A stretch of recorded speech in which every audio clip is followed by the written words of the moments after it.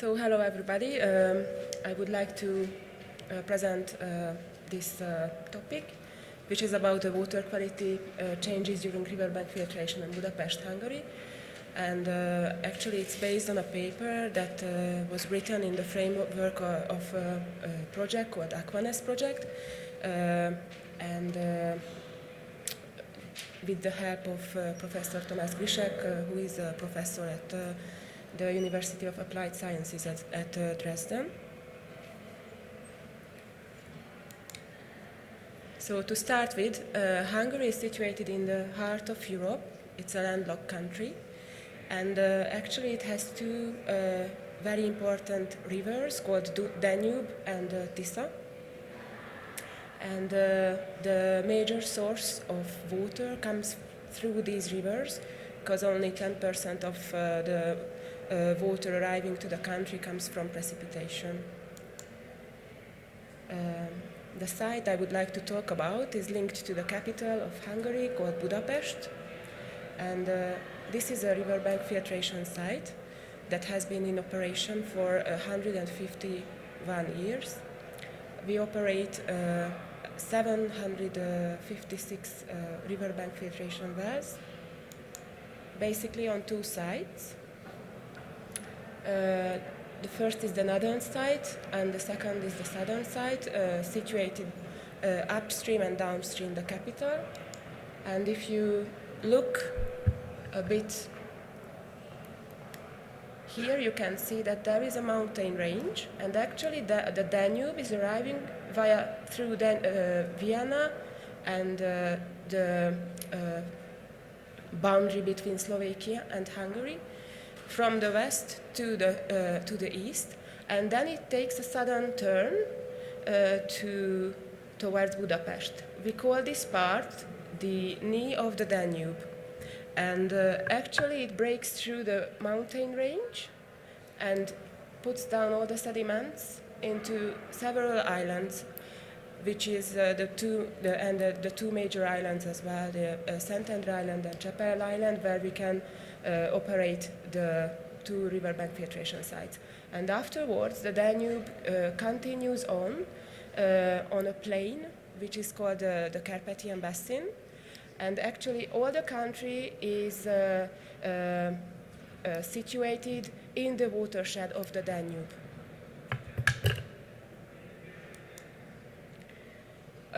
So we operate 16 well groups. So wells are grouped into well groups, and it is very important. I will explain it later on, because regarding the operation, well groups are elemental parts to handle non-compliances. So actually in the article, we overviewed the riverbank filtration process efficiency, how it works. It has to be admitted that both the Danube River quality, so we call it raw water quality, is very good. Actually, there is no major pollution source before Budapest for more than 100 kilometers.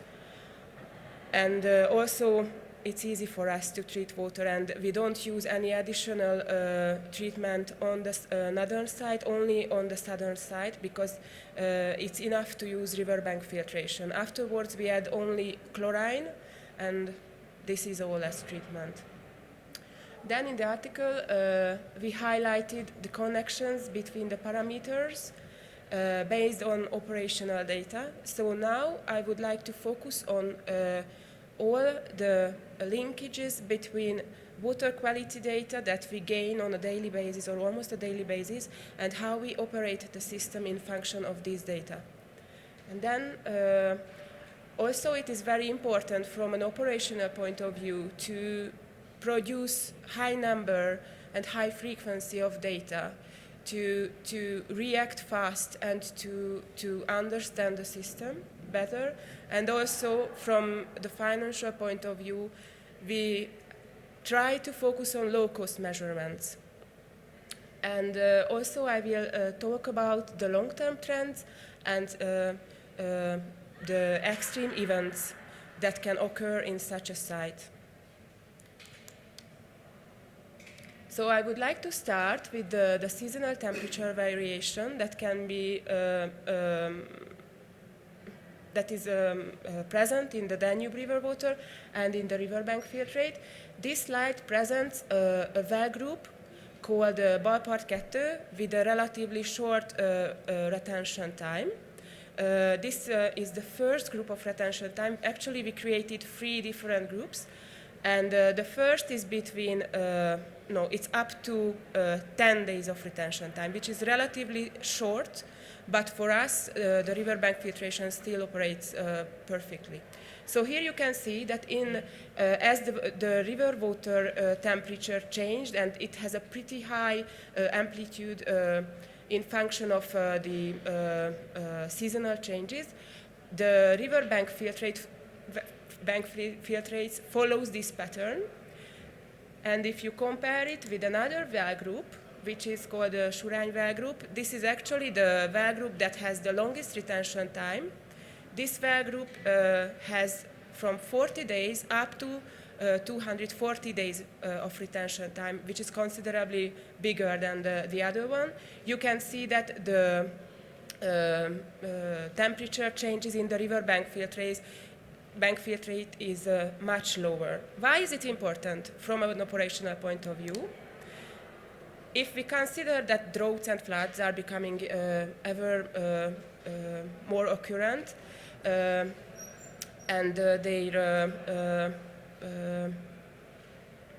they are becoming even more severe, I just grabbed one example, which was so far regarding the riverbank filtrate water quality, the most severe case.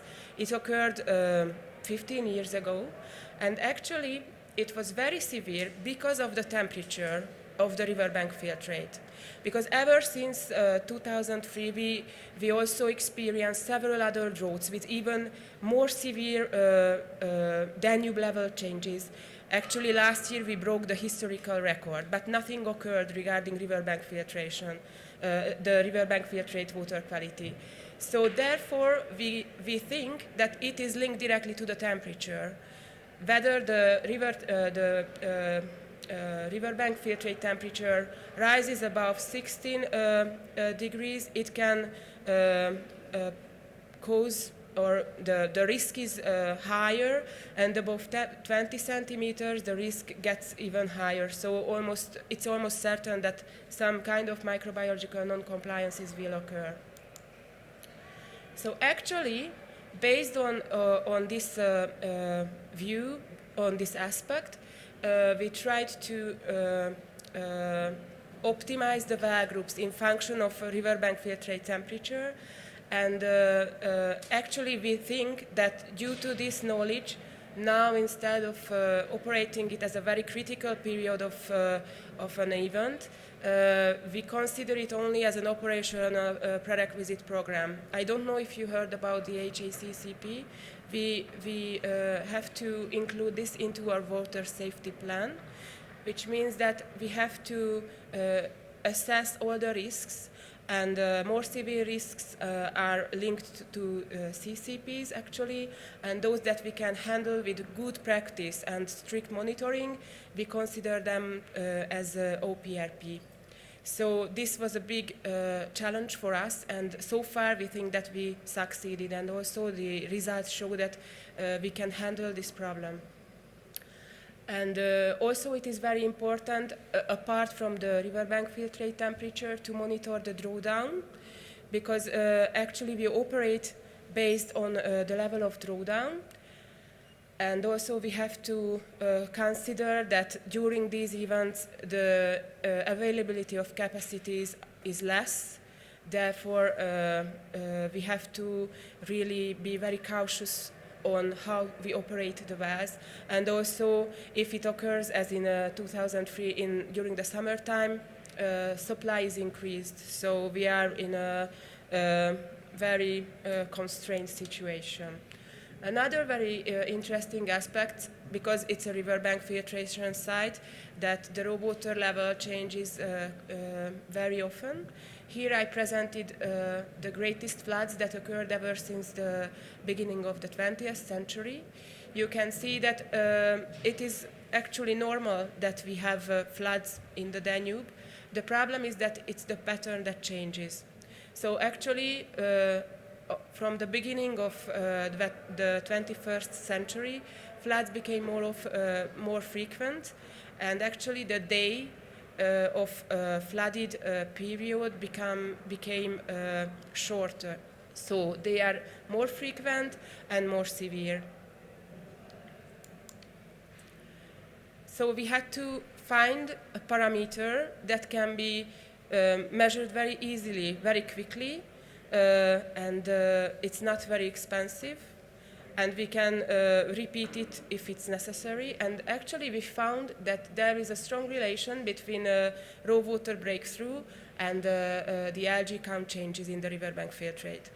This is a very common practice in Hungary. We have a group of biological parameters. We measure not only the microbiological but also the biological parameters. And one of that parameter is the algae count. So actually this is a microscopic based measurement, and once a flood occurs we can monitor the well groups. So not the individual wells, but the well groups, which we call in general collecting points. We have 21 collecting points, and we monitor it very strictly during the floods. And if an algae count non-compliance occurs, then we can decide on whether we shut out completely the well group, or we monitor the wells separately and decide on whether we shut out only the well that is affected or the complete well group, depending on the need of produced water. So here also the risk assessment based on the HACCP system can be considered as an operational prerequisite program, because we can monitor it and we can react fast if a problem occurs, which requires intensive monitoring and very fast results, and also an operational good experience is required to be effective in such cases. And finally, this is the third case that I would like to present you. This is the most severe industrial catastrophe that occurred so far linked to a riverbank filtration site. I don't know if you have heard about it. Yes, some maybe. So this is called the red mud spill that occurred in the beginning of this decade, in the 4th of October. And actually, the red mud spilled half of a village and a third of a complete city. And in 20 minutes, 1 million cubic meter red mud spilled the whole area. And actually it consisted of aluminium oxide, mainly iron oxide, zinc oxide, and other. These were the main component, and other heavy metals also. And why is it interesting? Because if you see the picture, it's pretty far from the Danube. So the problem was that the spill was so important, that the amount of the red mud was so important that actually it reached the creek Torna, which is a tertiary tributary of the river. And through the Torna, it reached the Marca, which is the secondary, and after the Marca, it reached Raba, which is the first tributary of the Danube. So an industrial contamination occurred, and actually we were not prepared for such a catastrophe. So we tried to react with adding plaster into the creeks to stop and try to neutralize the problem, but it reached the Danube. So we set up a strict monitoring system, and actually in the Danube, sudden rise in aluminium and molybdenum concentration could have been measured, but for the wells, the northernmost well groups were selected to be able to stop completely the production if something occurs. but we haven't found any significant change in the average concentrations measured regarding the heavy metals.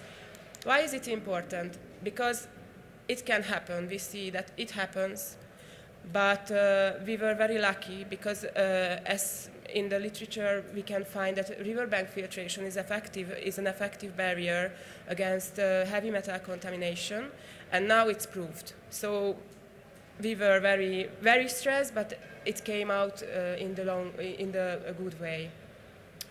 However, contamination is still present in the sediment, in the riverbank, in the river layer. So, who knows? And finally, to conclude, in the article, you can read the article if you are interested. We make a summary of a large amount of data with very robust conclusions on the effect of the riverbank filtration, considering that we covered a 12-year period, and we have measurements that occurs daily. So for some parameters, we have over 4,000 data. And also in this presentation, I showed multiple examples how the riverbank filtration can be used in extreme events such as industrial catastrophe, record floods, and droughts. And also I tried to give you a short description how we try to integrate the monitoring program into our water safety plan and how we apply it in a risk-based risk assessment-based operation. Thank you for your attention, and if you have any questions, I'm here to answer.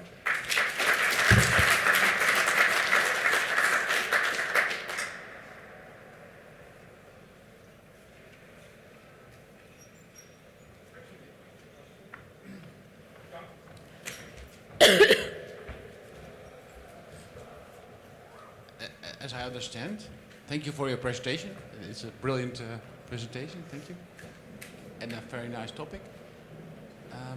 As I understood, that the water is delivered directly after riverbank filtration, so there's no purification afterwards. You take the water, is that correct? For the northern side, it is correct. We don't use any additional treatment when normal conditions occur. It's only chlorine addition.